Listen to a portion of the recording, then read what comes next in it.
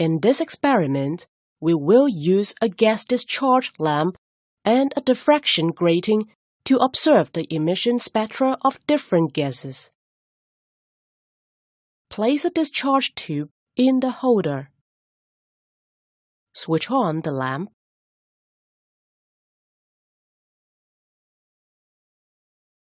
Observe the spectrum through the diffraction grating.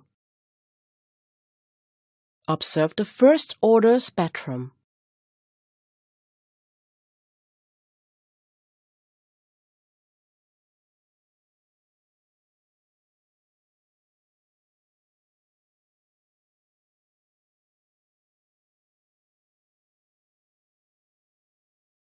Replace the tube with other tubes of gases.